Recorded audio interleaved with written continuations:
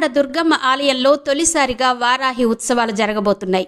విజయవాడలోని ఇంద్రకీలాద్రిపై వెలసిన కనకదుర్గమ్మ ఆలయంలో మొట్టమొదటిసారిగా వారాహి ఉత్సవాలను నిర్వహించనున్నారు.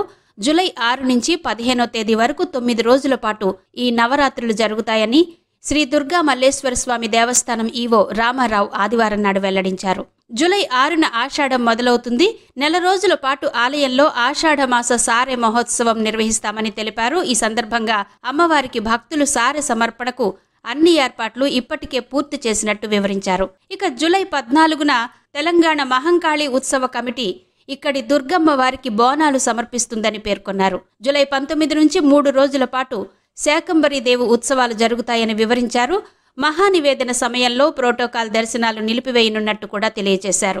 ఈ సమయంలో భక్తుల రద్దీ ఎక్కువగా ఉండే అవకాశం ఉంది కాబట్టి ఉదయం 11:30 నుంచి మధ్యాహ్నం 1:30 వరకు వీఐపీ దర్శనాలుండవని తెలియజేశారు.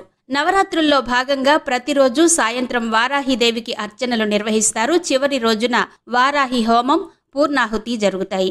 జగన్మాతకు సంబంధించిన రూపాలను సప్తమాతృకలు అంటారు. ఆ 7 సప్తమాతృకల్లో ఒకరు వారాహి అమ్మవారు.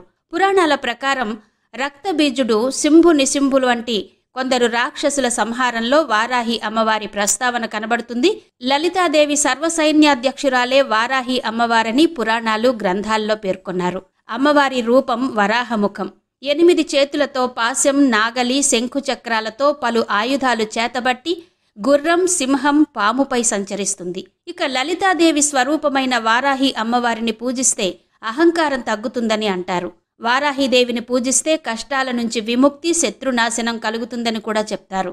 వారాహి అమ్మవారు సస్యదేవత కావడంతో ఈ 9 రోజులు అమ్మవారి చిత్రపటాన్ని పొలంలో ఉంచి పూజలు చేస్తే పంటలు బాగా పండుతాయని కూడా ఒక నమ్మకం.